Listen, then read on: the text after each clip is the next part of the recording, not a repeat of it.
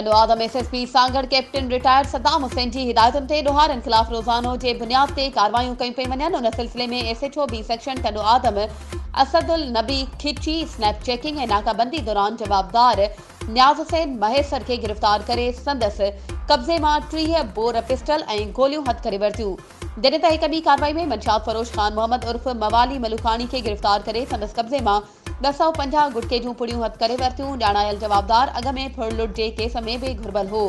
ॿिए पासे एसएचओ ॿीराणी वसीम अरबाब 3 दुकाननि में खाट हणी हज़ारे रुपयनि जो सामान चोरी कंदड़ 2 जवाबदार शहज़ाद उर्फ टोनी राजपूत ऐं हमज़ा राजपूत खे गिरफ़्तार करे वरितो। गुज़िरियल केतिरनि ॾींहनि खां शहर जे दुकाननि में चोरी जूं वारदातूं कयूं पई वयूं।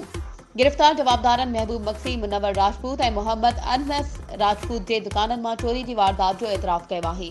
वधीक ख़बरुनि ऐं अपडेट्स जे लाइ असांजे चैनल खे सब्सक्राइब कयो ऐं हा बेल आइकन खे प्रेस करणु न विसारिजो त जीअं असांजी हर नई अचण वारी वीडियो तव्हां ताईं पहुची